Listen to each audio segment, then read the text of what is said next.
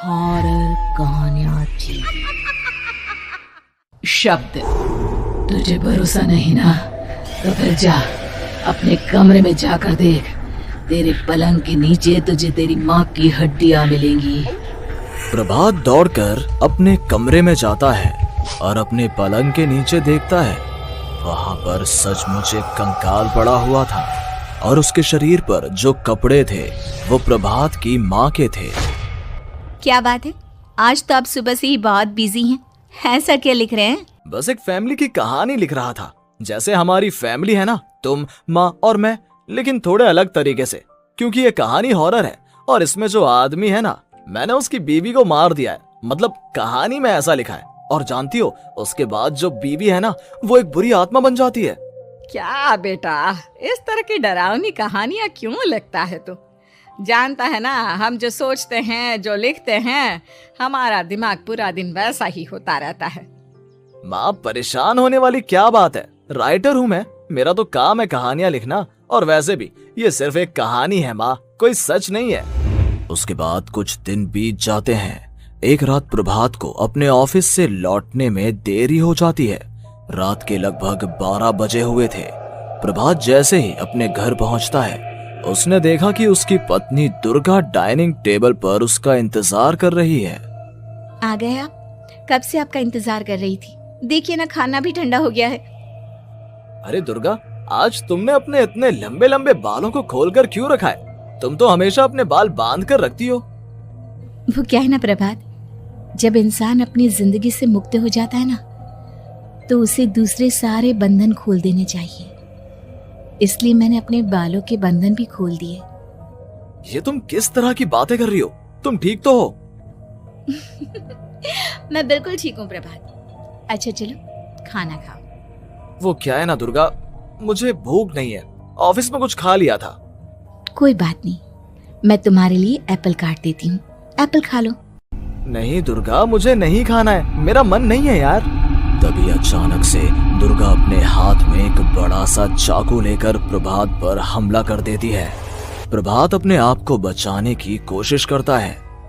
आज मैं तुझे नहीं छोड़ूंगी, तुझे अपने साथ लेकर जाऊंगी अपनी दुनिया में। ये क्या बोल रही हो तुम? तुम्हारा दिमाग खराब हो गया है। आखिर तुम हो कौन? दुर्गा अपनी गर्दन टेढ़ी करते हुए बोलती है। मैं दुर्गा हूँ, तुम्हारी पत्नी। ध्यान से देखो मेरी आंखों में। प्रभात बुरी तरह से डर जाता है और घबराहट में वो चाकू अपनी पत्नी के पेट में मार देता है। उसकी पत्नी की वहीं के वहीं मौत हो जाती है और उसकी चीख की आवाज सुनकर उर्मिला दौड़ते हुए बाहर आती है। ये तूने क्या किया प्रभात? तुमने अपनी पत्नी का खून कर दिया। लेकिन तू तो उसे बहुत प्यार करता था बेटा। तूने बहू को क्यों मार डाला? माँ, ये आपकी बहू नहीं थी, इसके अंदर कोई बुरी आत्मा घुसाई थी।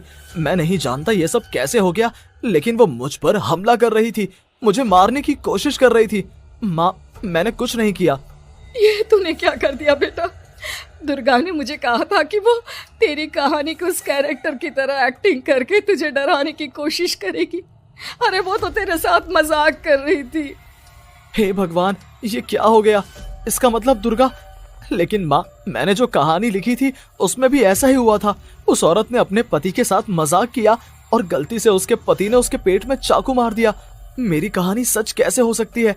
माँ, मुझे बहुत डर लग रहा है। अब ये सोच, दुर्गा की लाश का क्या करें हम? अगर गलती से भी ये बात बाहर फैल गई ना, तो तुझे पूरी जिंदगी जेल की सलाखों के पीछे रहना पड़ेगा। एक काम करते हैं माँ, हम घर के पीछे वाले बगीचे में उसकी लाश को दबा देते हैं।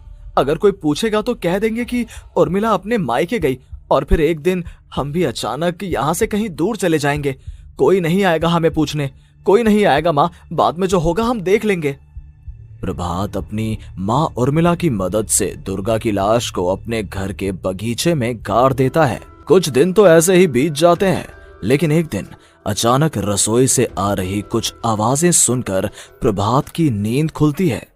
प्रभात ने देखा कि वहां पर एक लंबे बालों वाली औरत दूसरी तरफ चेहरा करके खड़ी हुई थी। कौन है? कौन है वहां पर? अरे कौन हो तुम? मैं दुर्गा हूँ प्रभात। क्या हुआ? मुझसे इस तरह के सवाल क्यों कर रहे हो तुम?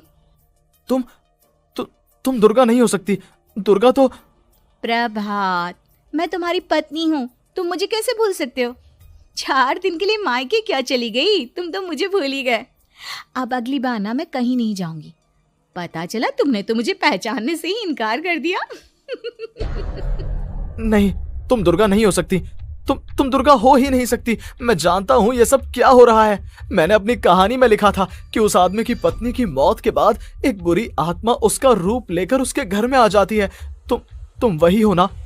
और अचानक से खूबसूरत दुर्गा का चेहरा काला पड़ जाता है।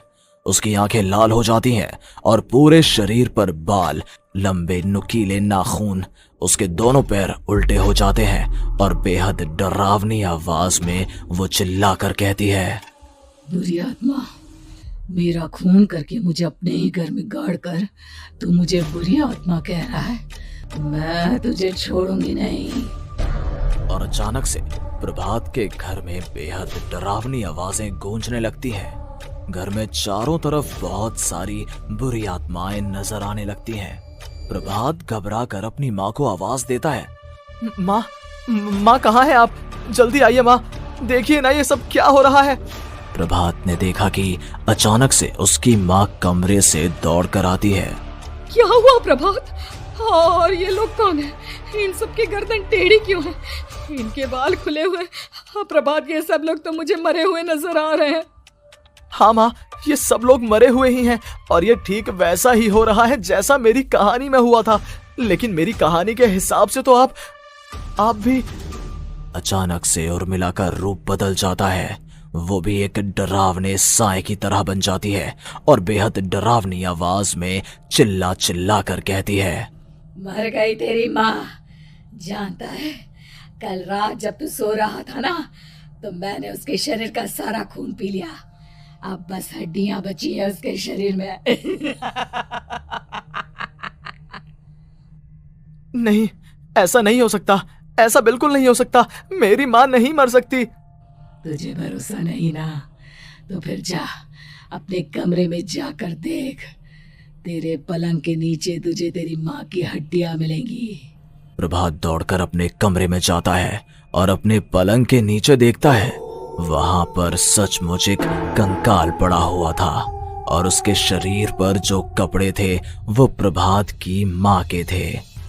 माँ, अब मुझे कुछ करना पड़ेगा। लेकिन मेरी कहानी में लिखा था कि माँ की मौत मेरे हाथों से होगी, पर माँ तो पहले ही मर चुकी है और वो बुरी आत्मा मुझे भी मार देगी। नहीं, इससे पहले कि वो मुझे कुछ करे, मुझे उसका काम खत्म करना होगा। प्रभात अपने हाथ में बड़ा सा चाकू लेकर उस बुरी आत्मा पर हमला कर देता है जिसने प्रभात की माँ का रूप लिया हुआ था, और अगले ही पल वो नीचे गिर जाती है और उसके शरीर से खून बहने लगता है। ऐसा नहीं हो सकता। एक बुरी आत्मा के शरीर में तो खून होता ही नहीं है। तो क्या सच में मैंने अपनी माँ को मार दिया? लेकिन अभी कुछ देर पहले तो फिर वो कंकाल किसका है? और ये कौन है? मैं पागल हो जाऊंगा। और अपनी माँ की लाश, इसका मैं क्या करूं? लोग पूछेंगे तो मैं क्या जवाब दूंगा? तभी वहां पर दुर्गा का रूप लेकर जो आत्मा थी उसने प्रभात से कहा, गाड़ दे अपनी माँ को ले जाकर उसी जगह जहाँ तूने मेरा खून करके मुझे गाड़ दिया था। जा, चला जा। घबराया हुआ प्रभात पागलों की तरह अपनी माँ की लाश को लेकर बगीचे में गाड़ देता है। प्रभात की हालत पागलों जैसी हो जाती है। वो अपने आप को अपने घर में बंद कर लेता है। कहानी के हिसाब से तो आगे ये हुआ था कि कहानी लिखने वाले ने उन बुरी आत्माओं से डरकर आत्महत्या कर ली थी। तो क्या मैं भी मर जाऊंगा? क्या मैं भी आत्महत्या कर लूंगा? एक काम करता हूँ, मैं अपनी कहानी का अंत बदल देता हूँ। हाँ, ये मैंने पहले क्यों नहीं सोचा। मैं लिख दूंगा कि कहानी को लिखने वाला आत्महत्या नहीं करता, बल्कि कहीं दूर जाकर नए सिरे से अपनी जिंदगी शुरू करता है। यही सोचकर प्रभात ने अपनी लिखी हुई कहानी को बाहर निकाला और उसे पढ़ना शुरू किया। ये देखकर वो हैरान रह गया कि कहानी का क्लाइमैक्स तो किसी ने पहले ही बदल दिया था। ये क्या? इसमें तो लिखा हुआ है कि आखिर में उस लेखक की पत्नी और माँ दोनों बगीचे में जिंदा दफन थे। बुरी आत्माओं ने उनको कैद करके रखा था और वो लेखक अपनी माँ और पत्नी दोनों को जिंदा बाहर निकाल लेता है। लेकिन ये सब लिख किसने दिया? प्रभात दौड़कर बगीचे में जाता है और वहां पर खुदाई करना शुरू कर देता है। प्रभात देखता है कि वहां पर लकड़ी के 2 बड़े संदूक हैं और उनके अंदर से आवाजें आ रही हैं। प्रभात बचा लो मुझे, अगर थोड़ी देर और हो गई तो वो मुझे छोड़ेगी नहीं। बेटा देखो, मैं इस बक्से के अंदर बंद हूँ, प्लीज मुझे बाहर निकालो, वो बुरी आत्मा किसी भी वक्त मुझे मार डालेगी। प्रभात वो दोनों बक्से बाहर निकालता है और अपनी पत्नी और माँ दोनों को आजाद करवा लेता है। लेकिन तभी वहां पर अचानक से एक बेहद डरावनी और खौफनाक दिखने वाली औरत आ जाती है। तुझे क्या लगा था इतनी आसानी से अपनी पत्नी और माँ को बचा लेगा? बस 5 मिनट और उसके बाद अमावस का चांद आसमान में आने ही वाला है। लेकिन तूने इन दोनों को बाहर निकाल लिया, अब तुझे मरना होगा। नहीं, मैं जानता हूँ मैं नहीं मरूंगा, और अब आगे क्या करना है ये भी मुझे पता है। प्रभात ये बहुत खतरनाक है, हमें मार डालेगी। प्रभात चलो यहाँ से। नहीं दुर्गा, अब मुझे अच्छी तरह से पता चल चुका है कि इस बुरी आत्मा से हम कैसे पीछा छुड़वा सकते हैं। और इतना कहकर प्रभात अपने हाथ में पकड़ी हुई सिंदूर की थैली उस बुरी आत्मा के ऊपर उछाल देता है। कुछ ही देर में वो जमीन पर गिरकर राख में बदल जाती है। ये सब क्या हो रहा था बेटा? ये सब तुम्हारी लिखी हुई इस कहानी की वजह से हुआ है ना? नहीं माँ, पहले मुझे भी ऐसा ही लगा, लेकिन बाद में पता चला कि बरसों पहले हमारे इस बगीचे की जमीन के अंदर किसी को जिंदा गाड़ दिया गया था और बस उसी औरत की आत्मा हमें परेशान कर रही थी। उसी ने मेरे शब्दों में जान डालकर उस कहानी को जिंदा कर दिया था।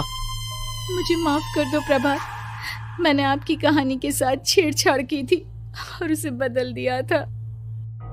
माफी मांगने की जरूरत नहीं है दुर्गा, तुम्हारे उस बदलाव की वजह से ही आज हम सब जिंदा हैं, क्योंकि आखिर में कहानी में वो हुआ जो तुमने लिखा था।